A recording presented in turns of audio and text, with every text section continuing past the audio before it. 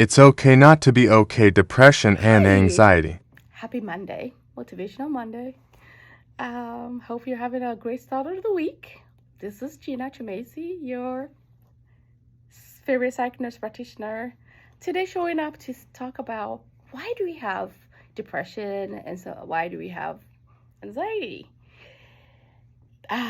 Sometimes, especially for me, coming from where I come from, originally from Africa, sometimes we can tend to think, even with our children being first generational Americans and stuff like that, if they're having struggles, let's say with anxiety or depression, let's say they're in high school, they're off to college, right?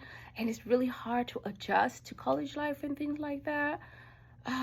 Or just acclimating to friends because their home style and culture and different things at home is different from what their typical, kids who were born, who were like here and their parents are here and they're like natives of this country.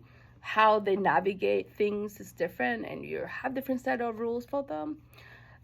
Or different things. Even it doesn't have to necessarily. But I'm just using this as an example. I might say, hey, but why do they have anxiety? Why do they have depression? Let's say you grew up not having a lot, right? Not having a lot of money. Maybe you even grew up poor as a parent, and you're wondering why your child, or even why yourself, being here, you have food, you have a roof over your head, and all that. Why do you still struggle with maybe sadness chronically? Because depression can be chronic or sometimes can be intermittent, little Monday, long day, or situational, right? Or you have something going on that throw you off, or sometimes many of us, finances can be a big source of anxiety and depression, sadness, and not being able to provide beyond just the basics can, worrisome, or not being able to know if you're saving enough for retirement, right? It's another source of anxiety, depression. Not being able to know if you can afford groceries, not being able to know if you're going to afford your net rents or mortgage. These are real things for everyday adulting, and then you'll be like, why? Because sometimes, like I said, situational, sometimes it can be genetics, running families. But being aware and knowing, sometimes can be low levels of certain chemicals, serotonin, dopamine, things like that, in, you know, GABA for anxiety. Low level of it can make you feel low and sad, have you throw off your sleep. Or sometimes for women, it could be low hormones. Estrogen levels is low, iron is low, thyroid is low, could be a factor. Vitamin D levels can be low, especially living here in the East. You don't get a lot of sunshine. So going back to the ground, why would your kid still have depression, anxiety, even though you're like, hey, I grew up, I didn't have anything, but I was doing fine. What's wrong with you? Get it together. No, you can't say like that.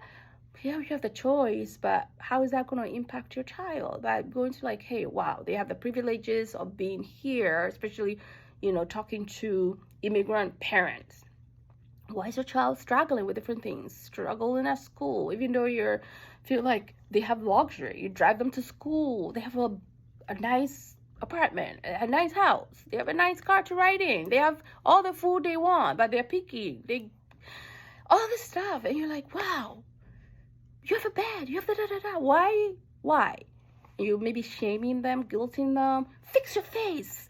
Fix your face. Why are you sad? Why? Stop crying over there. And you're yelling and you're telling them this and that, and like they don't have the right to feel their feeling or to feel sad.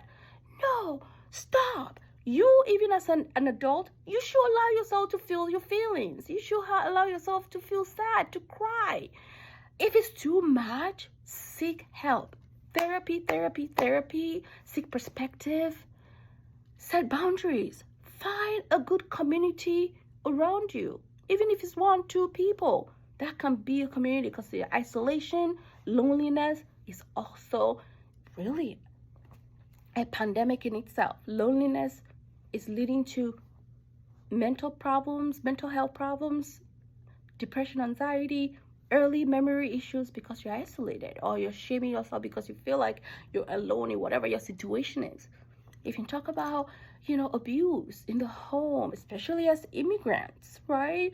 There's a lot of emotional, spiritual abuse, psychological abuse that goes on. The physical does not always will always show, but sometimes not always physical.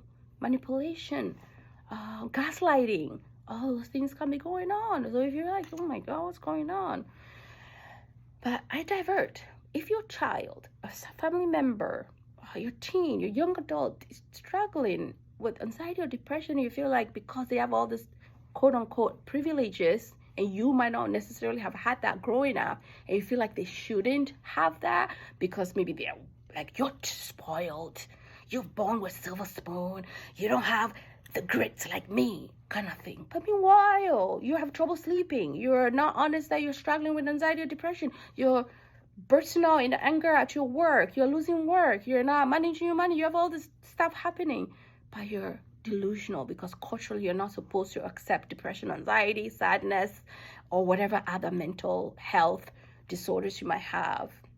As mental health disorders can lead, depression and anxiety can lead to health problems, because if you can't help yourself with your mental state and be intentional and mindful, do all the stuff including therapy and work out and eating healthy and get sunshine and get supplementation of different things that I mentioned, you're going to struggle with your blood pressure, with your blood sugar, with your weight, with obesity, with hair problems, with hair loss, especially women, trouble sleeping, early menopause, early dementia, cancer diagnosis is a big concern because you constantly have cortisol being high, inflammation. You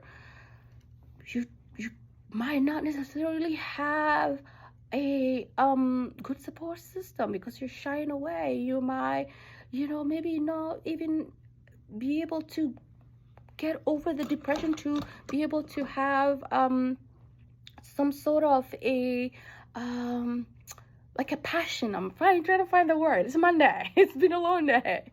A passion. I don't know. There's another word I'm looking for.